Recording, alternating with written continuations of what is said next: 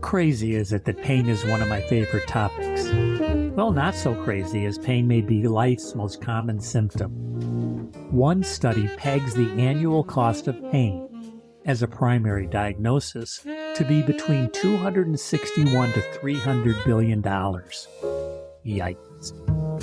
There's no one I'd rather talk with about pain than Amy Baxter. Amy and I correspond regularly about life and pain. We last recorded a conversation about pain in July 2019. It was called Pain, the Solution, Many Solutions.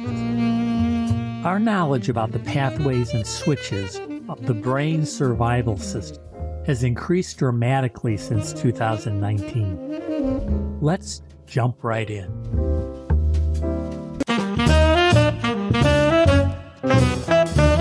Welcome to Health Hats, the podcast. I'm Danny Van Leeuwen, a two-legged, cisgender, old white man of privilege who knows a little bit about a lot of healthcare and a lot about very little. You'll listen and learn about what it takes to adjust to life's realities in the awesome circus of healthcare. Let's make some sense of all of this. Like what you're reading, hearing, or watching? Go to the linktr.ee/healthhats for all things health hats. That's linktr.ee/healthhats. One word. Thank you. Hi, Amy. Thank you so much for being here. I'm good. I love seeing you. Someday we'll see each other again in person, and I'm looking forward to that day. But in the meanwhile, you look great, and thanks for joining us.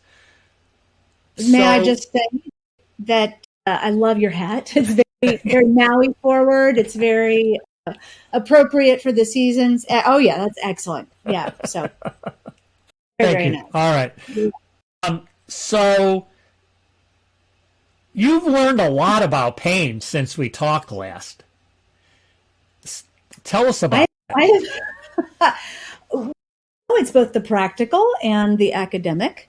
I broke my neck in 2015 and then got intubated for a while, and then I've had a ripped rotator cuff that I ignored until it got horrific. So I feel really grateful that I've had the experience to have to cope with my own acute and chronic pain, mostly chronic. And it's nothing like having a genetic issue or having an inflammatory ongoing issue, and particularly something like COVID or fibromyalgia or an autoimmune system situation where it's ongoing and systemic. Nonetheless, I've had that experience, which has been really valuable. And I also have been working with the National Institutes of Health Help End Addiction Long-Term Program, bridging that place between pain and opioid use, because if we didn't have the issues of post-surgical pain and acute pain that we treated with opioids, we wouldn't have an opioid problem. So yeah, I've been busy. Goodness. Where should we start? Got any ideas? Let's start with the stuff I put in the TED Talk, because I think I spent a lot of time trying to encapsulate what I'd learned in a way that people could use it and benefit from it and change society and how we deal with healthcare in this country. Freudian. So physicians are not taught about pain in medical school. We don't know what it is. We don't understand how to treat it. We don't really think it's our job, because we're supposed to figure out what caused the pain and fix that, or inflict pain in order to diagnose it. But most people go to the doctor for pain. So that, I think, was something I hadn't appreciated. And what we have learned about pain in the last 20 years through functional MRI is that it's not what we do learn about in medical school, which is basically you poke your finger, and if you had lidocaine in there, it wouldn't hurt. But if you don't, it goes up to your brain and it hurts. Instead, pain is really just the oldest, best survival system. So it's a full brain, total symphony of everything you've ever associated with something you want to avoid. So pain is not just the incoming stimulus. It is all of the memory and fear and decision-making and actions. And it's just this giant response. So sometimes your brain is wrong about how much pain you should actually feel. And sometimes you can learn how to override the brain and say, no, actually, we're fine. So I have this automatic reaction whenever anybody uses the word should. And I'm wondering if can I frame it as being useful to you as opposed to should? It's an option. I tell my kids all the time, opportunity, not obligation. Okay. So I think if we understand what is happening that causes us to feel pain, it makes it easier to think about ways to cope with it. Oh, totally. So I attest to that. Oh, unknown pain is so scary. Yeah. And I think what both of us talked about offline recently is that once you've had chronic pain that flares back up, it's easier every time to remember what you do that helps. And last time you told me about hydration, and I had not been aware that even mild dehydration increases your pain sensitivity. So the things that you tell people and the things that you do, what is your pattern? What do you do when you've had ongoing pain that then flares up? So I just ordered a shirt that says, drink water, love hard, fight racism. And drink water is the top one.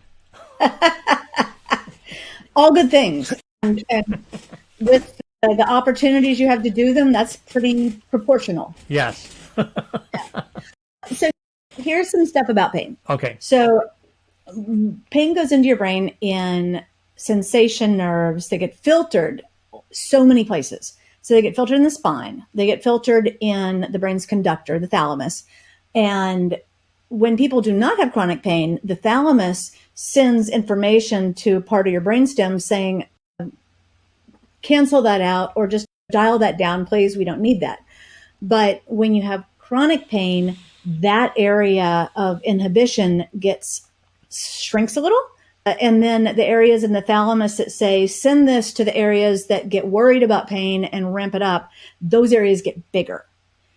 When it's something like knee pain that you're going to have a surgery for your osteoarthritis, the thalamus actually changes shape during the development of this pain. And then 6 months after the knee surgery, it goes back to normal.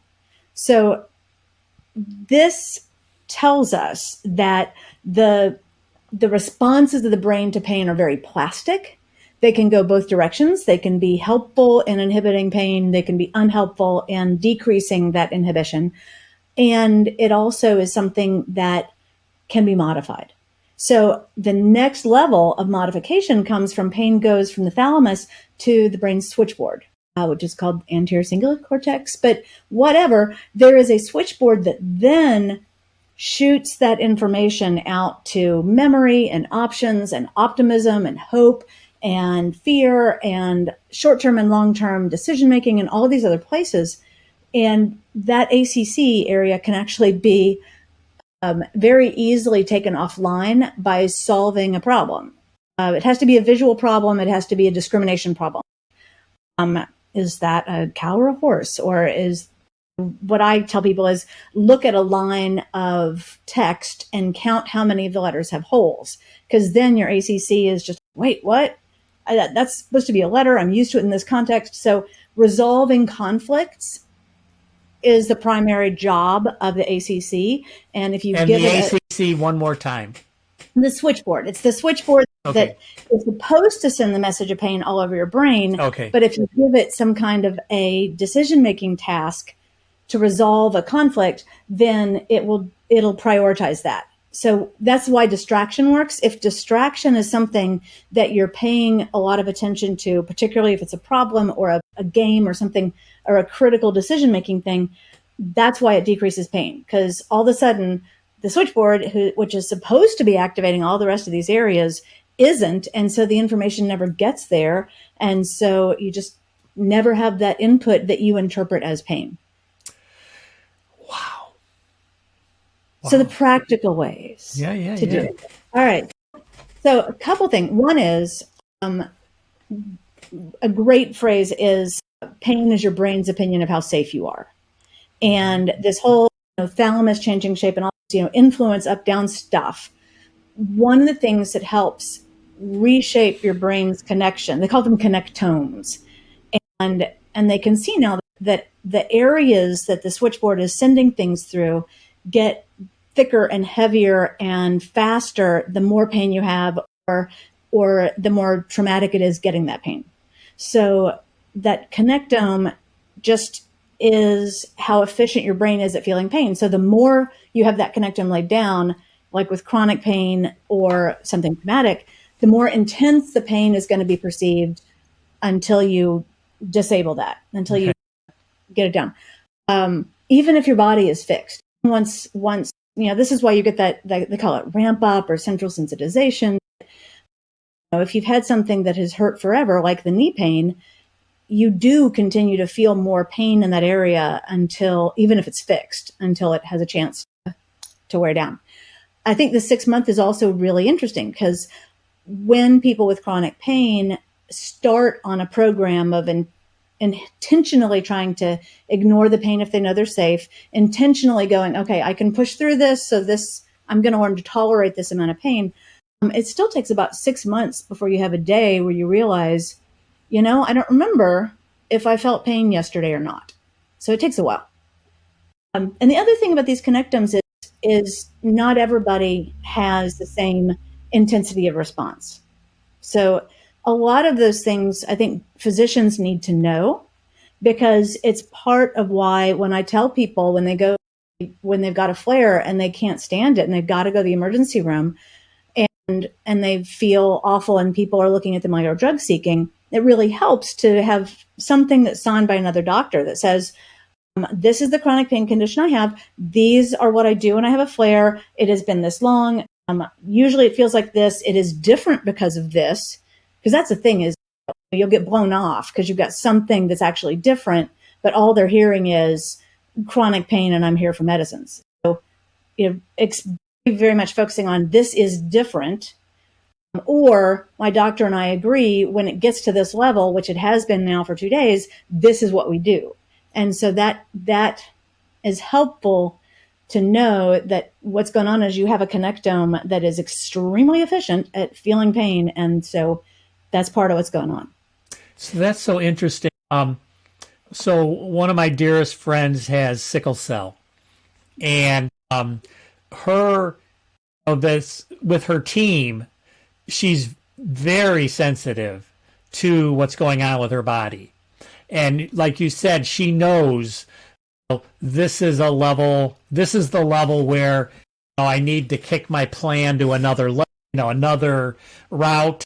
This is when you go to the emergency room. This is when and then not having the communication with the clinician can be so frustrating because she knows what's going to work.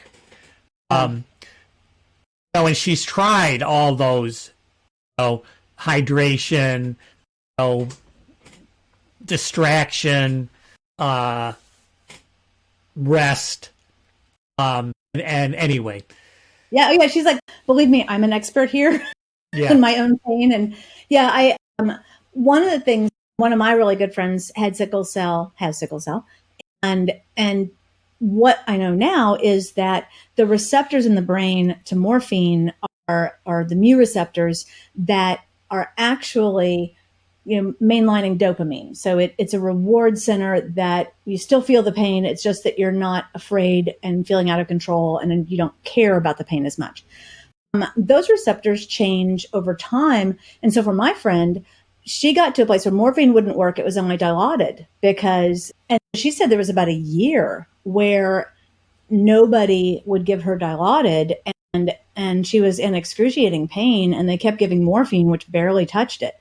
So the whole concept that the reward receptors that make you able to cope with pain change over years, but they also change over a couple of days, which is why when you get sent home with oral opioids after a surgery, they're probably not going to do much at all for most people, because those receptors have gone, all right, we've been bathed in morphine now for a few days. We're just going to shrink in and not react as strongly.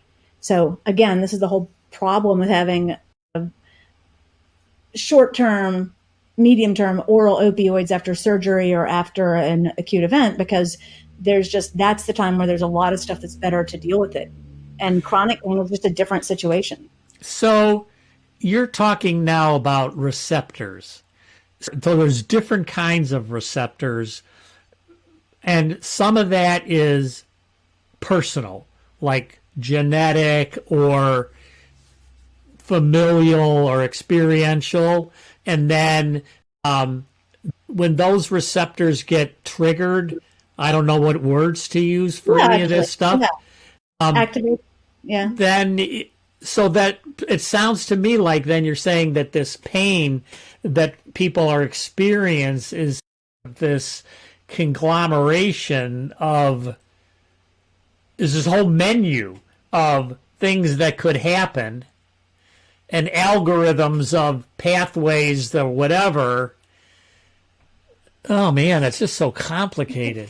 I guess what's important for the person is to have a better understanding of your own.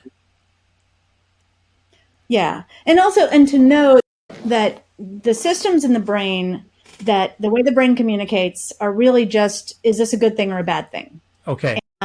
And so all of these communications in the brain are either saying it's bad or good. And so when you're activating like the dopamine or the serotonin or love neurotransmitters or satisfaction or empowerment or mastery or connection, all those different neurotransmitters, happiness neurotransmitters, all of those make you feel good. And so what happens with pain is it's trying to make you feel bad enough that you'll avoid that situation in the future. So in order to... Okay, so that's where you talk about switches. They're on or they're off. That they're not really complex. They're on or they're off.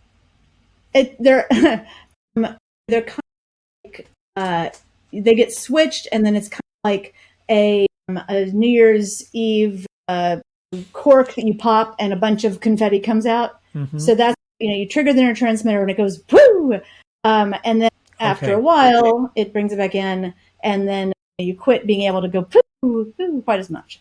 Okay. But let's be more practical. It is hard to think about this from a chemistry standpoint, but if you think about just these connections in the brain that are either good at decreasing pain, inhibiting it so that it doesn't bother you as much, or they're good at increasing pain sensitivity to try to teach you your lesson. One of the coolest things is that there also are proteins in the brain that can dismantle these connections, the things that restore your brain to a normal function. And one of the most powerful ones is 10 minutes of exercise triggers a big release of this brain fertilizer. It's called brain-derived neuropathic neurotrophic factor. And so, but it's like brain fertilizer that will untangle some of these connections that make you feel more pain. When I was trying to get over month 6 or 7 of my rotator cuff without getting surgery, and the cortisone's long worn off, and it's this sick, sour pain that wakes you up every morning. I read this, and so I was like, I've been too tired and sad to exercise. I'm going to go ahead and do an elliptical for 10 minutes and see what happens. And after about 3 days of doing that, it was amazing how much better my arm felt. It wasn't the arm that was getting exercised, but I realized it must have been this brain fertilizer that was decreasing some of that intensity of chronic pain. It's like WD-40 or something, isn't it? And that's true too. Yeah, it directly, all movement makes your brain say, okay, I don't need to give a pain signal because we're safe. She's clearly doing this on purpose. We must be okay. Let's stand down.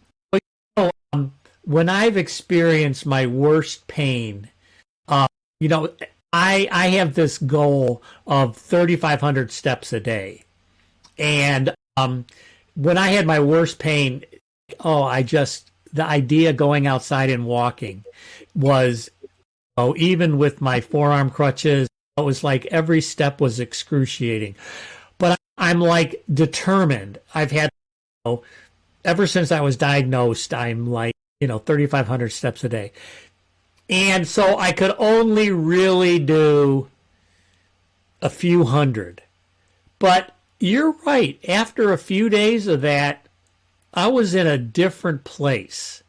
It isn't like the pain was really gone. The pain wasn't really gone till steroids, but or that was like more like the beginning of the end, but of that pain. But the like being really determined to get those steps, really made a difference. I didn't get anywhere near 3,500 steps. Oh my God. It was all I could do to get to the end of the driveway. But, okay, go ahead. I'm hearing you. Yeah, no, so the elliptical thing and the BDNF is like 10 minutes of your heart rate above, 20% above normal. Okay. So you can even get that doing some kind of cardio arm weight stuff. Yes. Unless it's your arm that's hurting. But there's a bunch of things going on, Danny, with what you're describing. So there is a therapy called acceptance and commitment therapy. Okay. That is more effective than gabapentin. And gabapentin is really an anxiety medicine. It's just a slower one. But fear and control are the volume knobs for pain. And so you took control and said, I am going to feel pain, but I accept this and I'm going to commit to walking.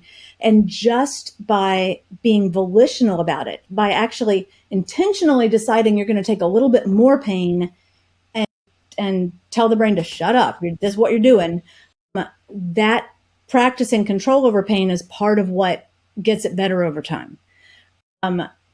Feeling the pain but not being afraid because you're doing it on purpose is part of what gets it better over time. So it's it's turning down the fear and turning up control that take a long time, but those are part of it. And so these guys, Knowles and I forget the other guy, but this acceptance and commitment therapy, after 6 months again, it works much better than oral medications for pain, because you just are like, you know what? I'm not going to use how much pain I'm feeling as a metric. It's whether I've done my steps or other things.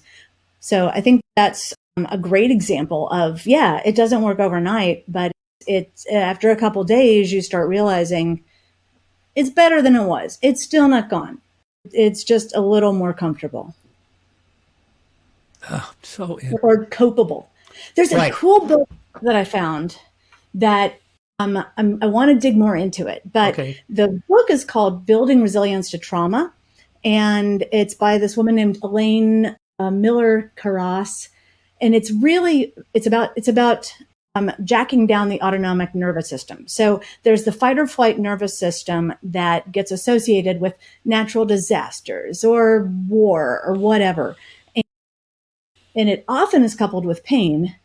But her book is really about how to get people who got PTSD from trauma past it when talk therapy doesn't work. And her premise is basically just that your oldest brain is so focused on safety that if anything reminds you, or if you even think about what happened, then you're going to freeze up. And so it's just focusing on, this is my autonomic, I feel my heart rate going, I feel my diaphragm clenching up, and giving you language for that.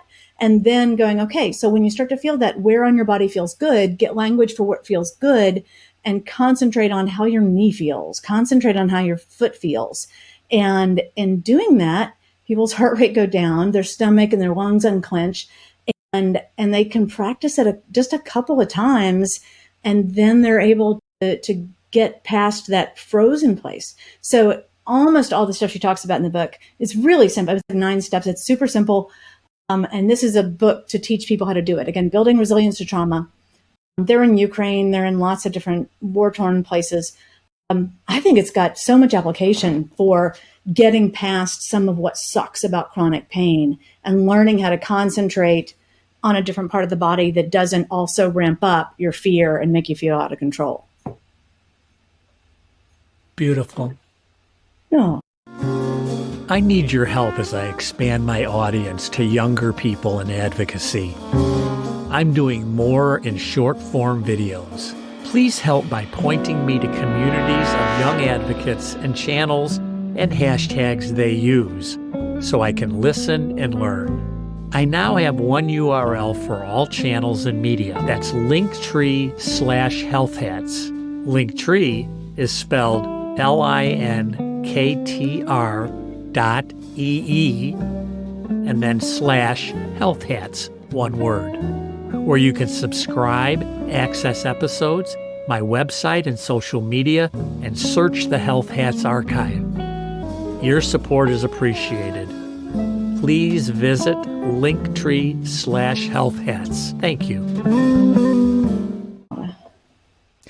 My mom was a Holocaust survivor, and growing up with somebody who has that kind of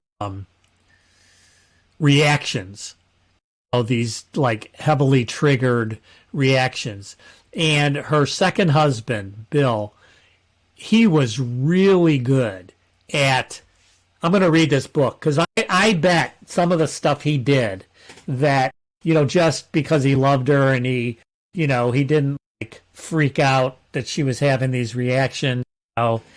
He was just about, okay, what can we do? I wonder if he that was some of what he did. I'm going to read it. It's a good, interesting. Anyway. Wow. Okay. So to me,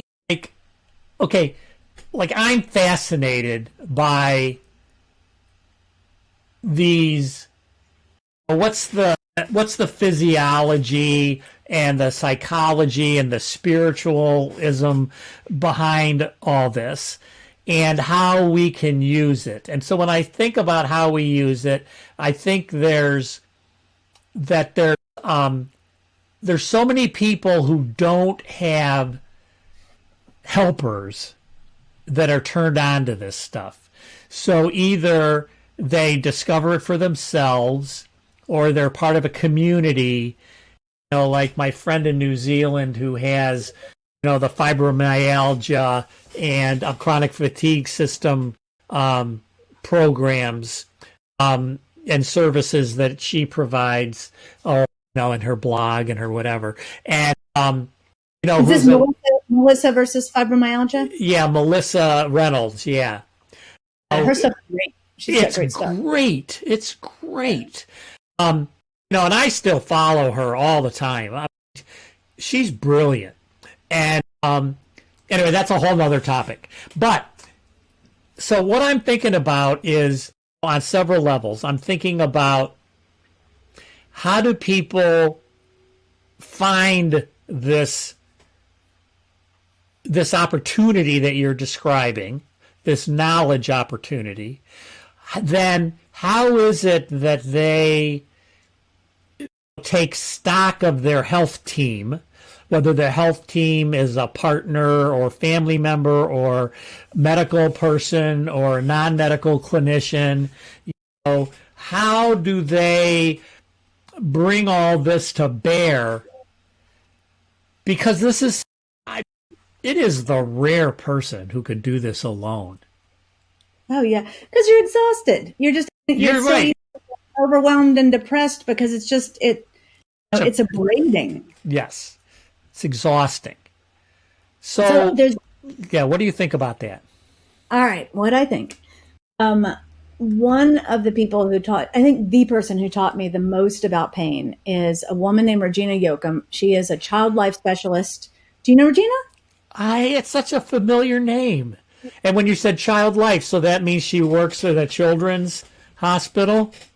So what child life specialists do is they got it before anybody else. It Yeah. is this concept of increase control by explaining what's going to happen and letting somebody know what to expect, decrease fear by giving people options and letting them choose how they want, either what they want to distract themselves with, and then advocating for pain management. So Yeah. no, we're not going to do this until we have topical anesthetic, or we're not going to do it until we have Buzzy, or just so you got somebody who is advocating for you.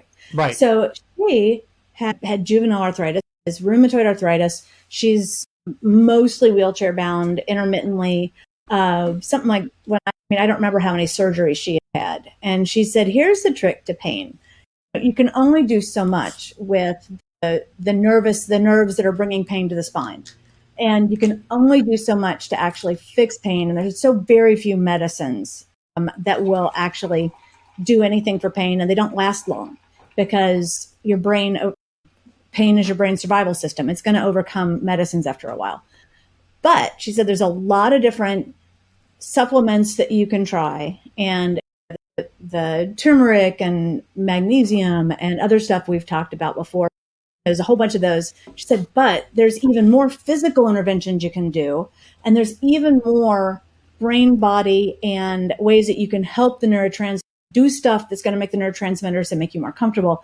And she said, knowing that there's always some other combination you can try, the hope is the part, and having options are the parts that are the most significant for addressing pain. So we put those into a book on our website, just every evidence-based thing I could find. So we've got a link we can put that's what works for pain. It's a free download. But I do think that having a resource where you can try something else is really, really helpful. And I have one other idea about this that Regina taught me, but I want to let you have a chance to respond to that. Well, when I worked at Boston Children's, one of the things that amazed me the most were there was this group of phlebotomists who, when they came in the room, the kids, like if they could move, would run to them and jump in their arms. And if they couldn't move, their faces, which had been flat or miserable, would light up. And these were phlebotomists who were coming to take blood.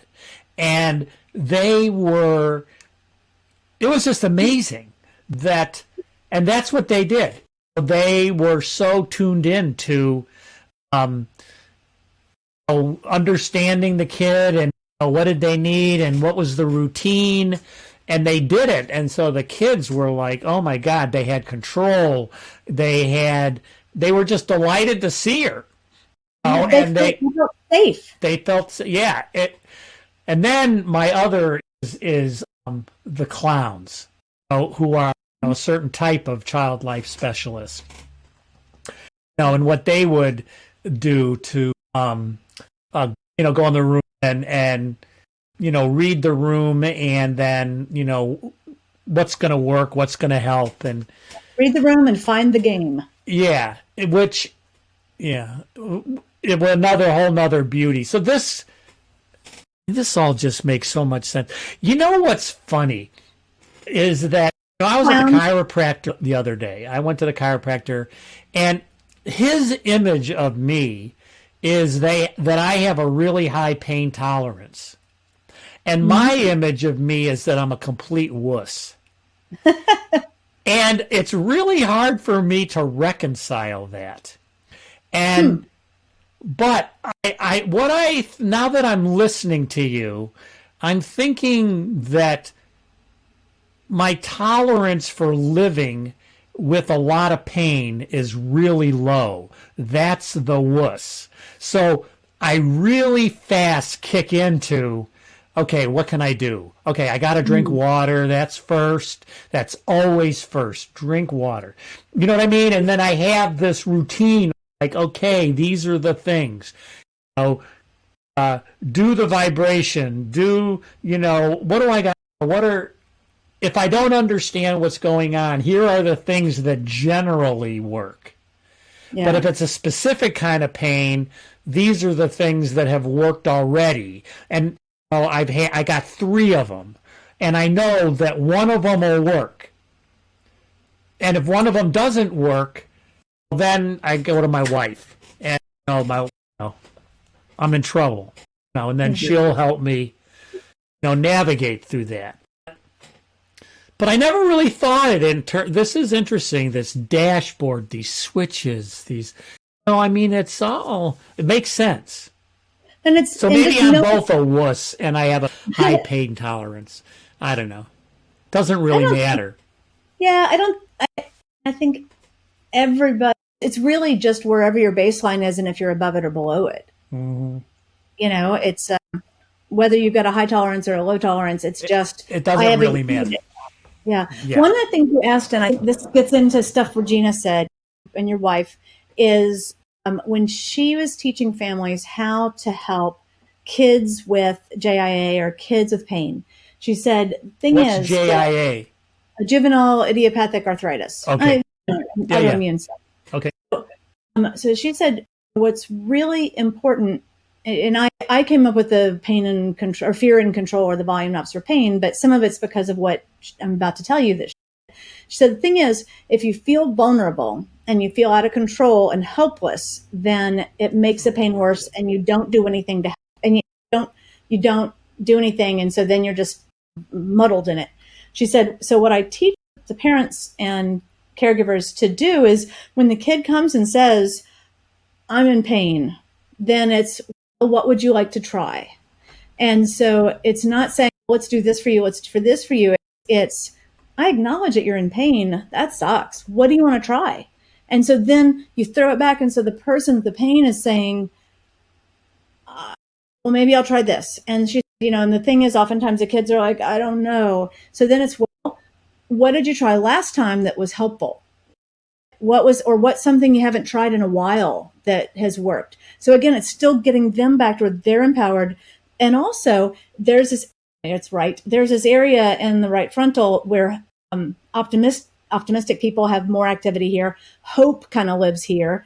And that's the area that lights up in people who don't have chronic pain, and it's got decreased activity with chronic pain. So the more you can teach somebody how to think about their own options, I think you're activating the receptors there that can decrease pain. So the first thing is, what do you want to try? Second thing is, well, what have you tried before? And then third thing is, what have you tried a long time ago that you haven't tried in a while? And finally, is there something that you think I can do for you? And so then the final thing is, if they don't come up with anything, it's like, why don't I do this? But there's so many places of, I know you can figure this out. And that's where having the workbook helps. Yes. Okay, so if they don't look at the workbook, then you can look at it for them and say, we really haven't tried turmeric. Let's find out the best turmeric to use, that kind of thing. Okay, so let's shift to the, working with clinicians. So I'm really fortunate because my primary care doc will say, I don't know anything about that. Tell me your experience with acupuncture or with chiropractic in a different way than she's accustomed to. But I like that she's like, okay, like, I get validated and I tell her my experience and she'll ask questions, and then that's part of her toolkit. And she said, oh, really good to know that. I have some people that that might be helpful to. I talk to so many people who are in an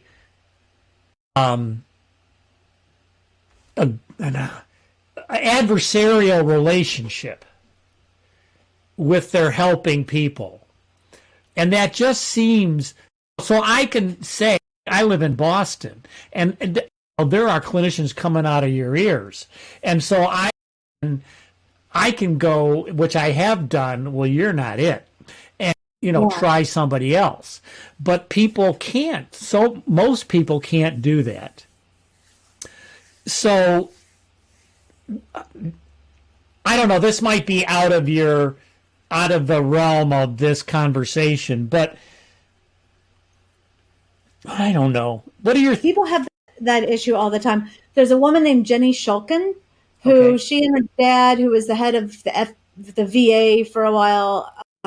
So they've started a company called Override. And at this point, I think it's like you've got to pay something for a monthly connection, which is unfortunate. I don't know if insurance covers it, but I think some does. But anyway, but it connects you via telemedicine to pain doctors and all sorts of pain doctors, like pain psychologists, rheumatologists, but a bunch of different people so that you can find someone with a telemedicine visit who can help.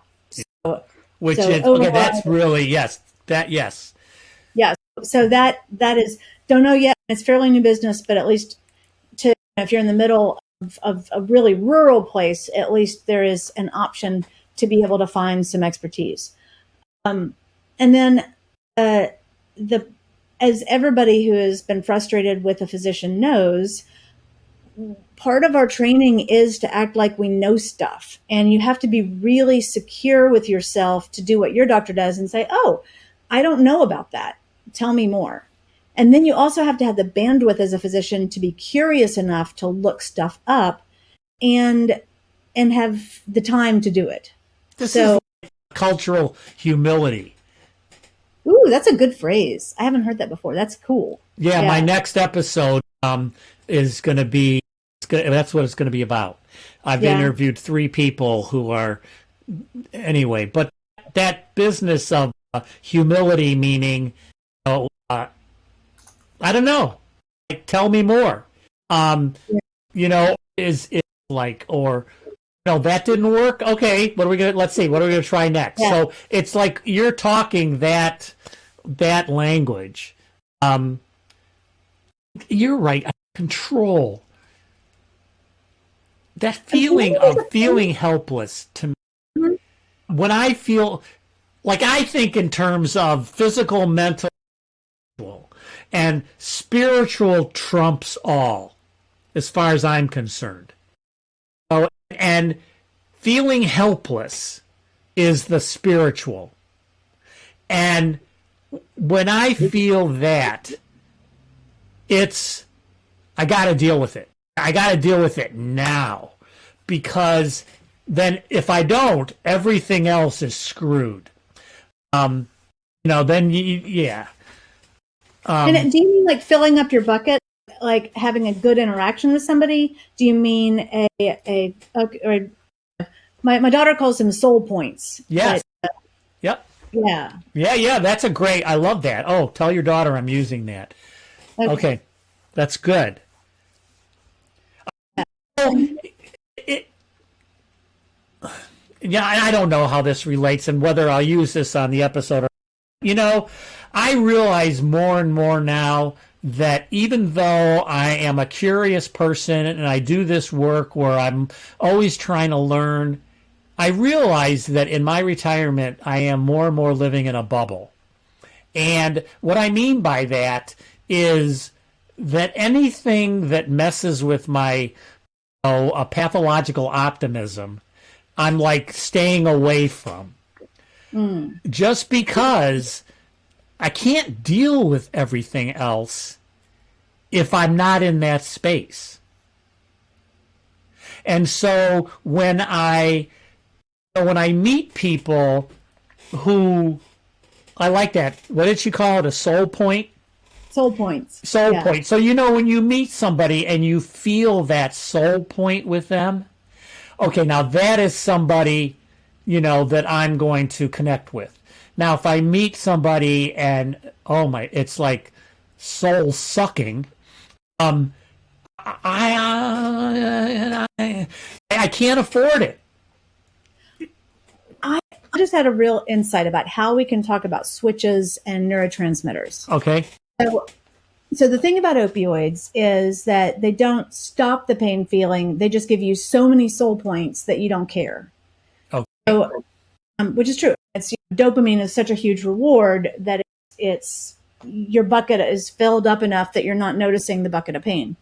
But all of those other things that give you soul points, those are all less intense, but really good neurotransmitters that, like we talked about, serotonin, friendship, love, gardening, hearing music, smelling something, that all of those things release different amounts of neurotransmitters that are positive. And so they're little soul points, and maybe they're smaller coins of soul points, but dopamine is the big giant gold coin of soul points. Now I'm getting metaphors mixed up, but I think that's one of the things, is that one of the ways to deal with pain, if you can't stop the source of it, is to figure out how many other ways can I get stuff that makes me feel good enough that I can just tolerate or ignore the pain, because I've got enough stuff, I've got enough soul points accumulating other places. Oh my God, this is brilliant. This stuff is so important. So important. Oh my goodness. On so many levels, this stuff is so important. All right. I think this is enough. Otherwise, yep. I have to. Is there something that before we end, is there another point you want to make, or did we miss something that's like? I think this goes along with the soul point concept and with what pain is. If you realize that pain isn't you, pain is just an accumulation of the brain trying to protect you and trying to teach you something, but it's not you. It's just this accumulated amount of negative neurotransmitters. It maybe makes it a little bit easier to think, okay, so I have this huge bucket. I just need to figure out ways to override it. And that the great thing is, over all of the 2 millennia that humans have been around, we have really developed for movement and for doing things with other people in community to restore our soul points and to make us feel better. And so since our society doesn't do that now, thinking about overriding this accumulation of pain with things that give you more community, movement, dedication, and determination, that it makes sense. That is how we're designed to feel better. Oh, I appreciate that. I guess I think about it a little bit differently. Like, I used to think, what was important for me was like what you said. I am not my pain. I am not MS. I am not my disabilities. But what I found more satisfying in my, like the last 5 or 10 years is more, I just got to love that stuff. That is all part of me. And what makes me this crazy person is all of that. I mean, would I have had all these experiences? I would have never met you if I didn't have MS and didn't have pain. I would have never met you. And what a shame that would have been. So, I'm saying, it's like, I just feel like, let's just embrace this stuff. And I got to love it. This is me. I love it. Now, I'm not like delighted with everything that I am. I can be such a jerk sometimes, and I got bad habits. It's all part of who I am. It's the spice. It's the I can't take it away. That's the other thing, and we talked about this in 2019. Is the my goal is not to not have pain. My goal is to appreciate life and function as well as I can, and with whatever constellation of crap I'm dealing with or goodness. All right, this is a good note to end on. Honey, I love you. It's so good to see you, and thank you for taking the time with me. This is going to be a killer episode. It's always such a pleasure, and now especially with the hat. All right. Be well. Thank you so much. Okay, bye.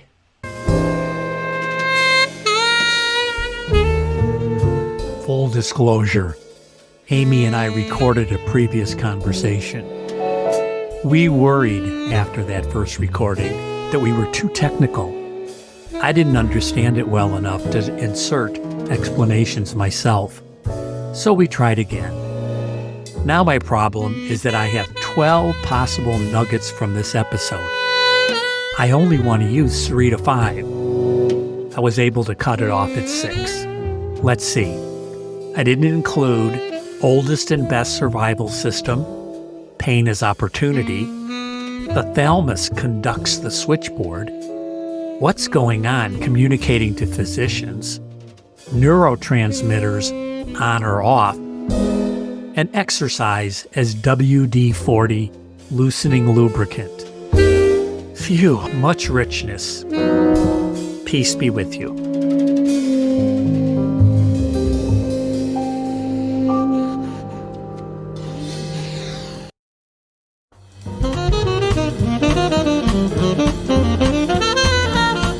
I host, write, and produce Health Hats the podcast with assistance from Kayla Nelson and Leon and Oscar Van Leeuwen. Music from Joey Van Leeuwen. I play Barry sax on some episodes alone or with the Lechuga Fresca Latin Band. I buy my hats at Selma Gundy, Boston, and my coffee from the Jennifer Stone Collective. Links in the show notes.